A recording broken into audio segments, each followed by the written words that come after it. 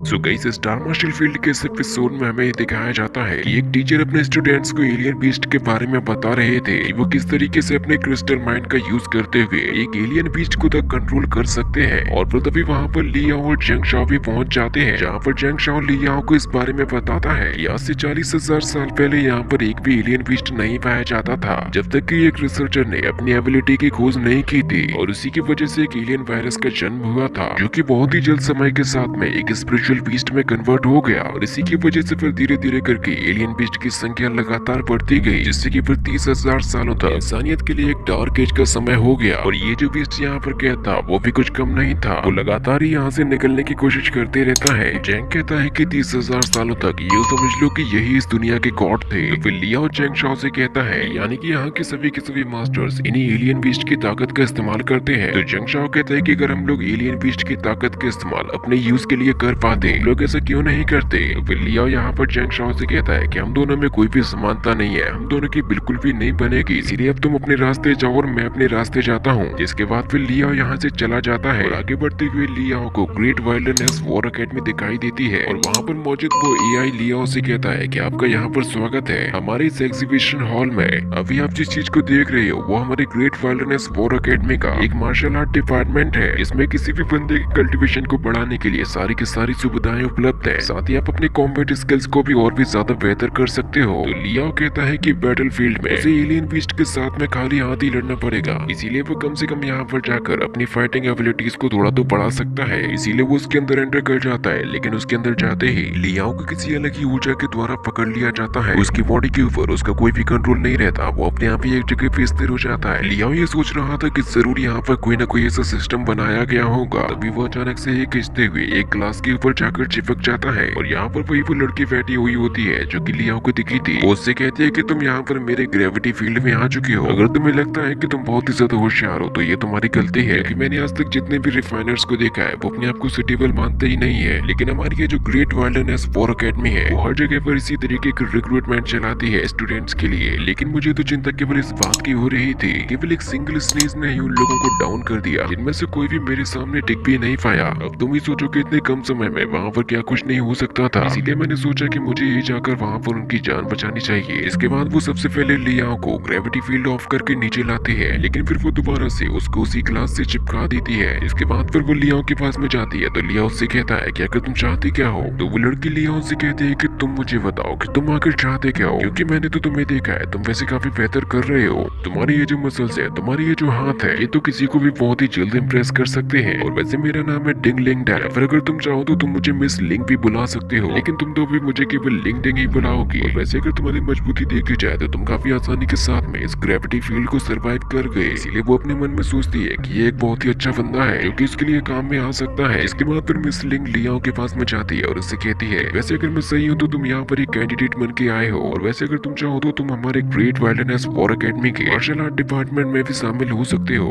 तो फिर लियाओ यहाँ पर उसको कोई भी जवाब नहीं देता, जिसके बाद फिर उसको रिलीज कर देती है। लेकिन लिंग अभी भी लियाओ से कह रही थी कि क्या तुम हमारे डिपार्टमेंट में शामिल होना चाहोगी, लेकिन उसकी बात उससे परेशान होकर लियाओ उसी के ऊपर वार करना शुरू कर देता है। लेकिन मिस लिंग के मूव्स बहुत ही ज्यादा फास्ट होते हैं, जिससे कि लियाओ यहाँ पर इसको कुछ भी नहीं कर पाता। यहाँ तक कि मिस लिंग लियाओ के पावरफुल पंच को भी रोक लेती है, जिससे कि लियाओ के हाथ में दर्द होने लगा था। मिस लिंग लियाओ से कहती है कि तुम मुझे काफी ताकतवर लड़के मालूम पड़ते हो। तो लियाओ कहता है कि नहीं, मुझे तो लगता है कि आप मुझसे ज्यादा ताकतवर हो। मिस लिंग कहती है कि मैं the great wildness war academy की एक स्टूडेंट हूँ, साथ ही ये जो कंपटीशन हो रहा है मैं उसकी ऑब्जर्वर भी हूँ। लियाओ से कहती है कि मैं जानती हूँ तुम फाइटिंग एबिलिटी के साथ में पैदा हुए हो, इसीलिए मैं ये चाहती हूँ कि तुम हमारे the great wildness war academy के मार्शल आर्ट डिपार्टमेंट में शामिल हो जाओ। तो लियाओ उससे कहता है कि ये सब कुछ बताने के लिए तुम्हारा बहुत बहुत शुक्रिया, लेकिन अगर तुम चाहती हो कि मैं तुम्हारी टीम में शामिल हो जाऊं तो मैं किसी छोटी मोटी पोस्ट के लिए ज्वाइन नहीं करूंगा। मैं चाहूंगा कि मुझे क्राफ्ट्समैन बना दिया जाए, क्योंकि वो चीज मेरे ऊपर ज्यादा सूट करेगी। जिसके बाद फिर लियाओ यहाँ से जाने लगता है, तो मिस लिंग उसको तुरंत ही रोक लेती है और वो लियाओ से कहती है कि हाँ मैं जानती हूँ कि पावर्स के लेवल को अगर देखा जाए तो हर किसी की रिस्पॉन्सिबिलिटी अलग अलग होती है, लेकिन तुम इतना याद रखना कि इस दुनिया में ऐसी कोई भी पावर नहीं है जिसको आसानी के साथ में पाया जा सके। और वैसे भी हमारी ग्रेट वाइल्डनेस वॉर अकेडमी असली वॉरियर्स को ही ट्रेन करती है। तो लियाओ कहता है कि आपका बहुत बहुत शुक्रिया और वो वहाँ से जाने लगता है। लेकिन मिस लिंग कहती है कि मैं तुम्हें अपने एकेडमी में शामिल करके ही रहूंगी, लेकिन ये बात उसको तब समझ में आएगी जब मैं इसको हराऊंगी। और फिर तभी उसको याद आता है कि वो तो उसका नाम पूछना ही भूल गई है। लेकिन जब तक तो लियाओ वहाँ से जा चुका था और इसी के साथ में यह पार्ट भी यहीं पर खत्म हो जाता है। तो गाइस अगर आप लोगों को ये पार्ट पसंद आया हो तो इस वीडियो को लाइक जरूर से कीजिएगा और चैनल को भी सब्सक्राइब कर दीजिए।